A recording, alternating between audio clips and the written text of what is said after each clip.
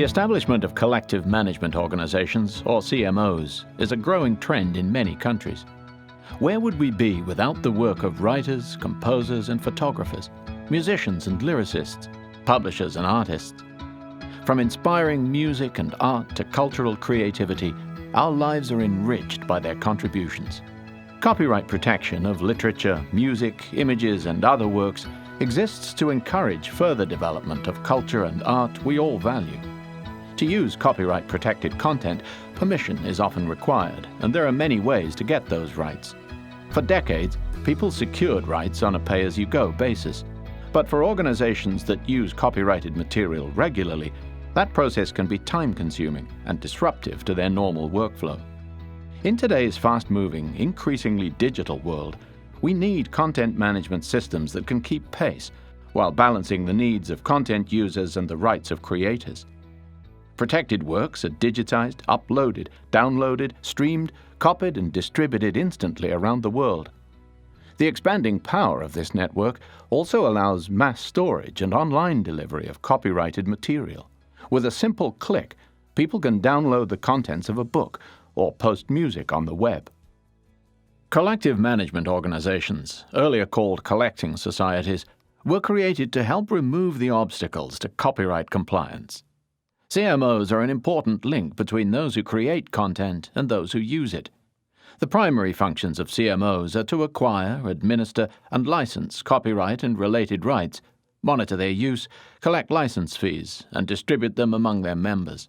Imagine if a writer or publisher had to manually process thousands of everyday permission requests and then collect royalties from all over the world. Before CMOs, that's exactly what they had to do.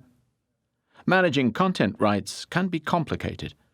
CMOs provide systems to administer national copyrights to give content users a more efficient workflow. On a global scale, many CMOs, such as those representing literary content, work together to make rights from copyright holders worldwide available around the world on a relatively standard basis. CMOs represent the works of many different types of creators, from writers, composers, and photographers to publishers, performers, and many others. There is no single type of CMO. They vary by the content and rights they manage and the rights holders they represent. Some CMOs manage music or images, others represent text-based works, such as books and journals, yet others handle other copyrighted content. CMOs also differ in the types of content uses they address. A writer publishing his or her works requires different content usage rights than a radio station broadcasting recorded performances. Every country has its own collection of rights it protects through CMOs. Among the most common are public performance, broadcasting, reproduction of music, performances in dramatic works, reprographic reproduction, typography reuse, public distribution of press clippings, and public lending of library books. CMOs operate in many different ways around the world.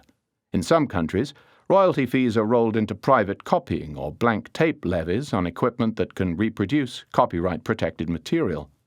The levies are usually collected by a local CMO, which then distributes royalties to creators. In other countries, creators and other copyright rights holders can choose to have a CMO represent some or all of their works. The CMO then collects royalties from content users, such as businesses and universities, and distributes them to the appropriate rights holders.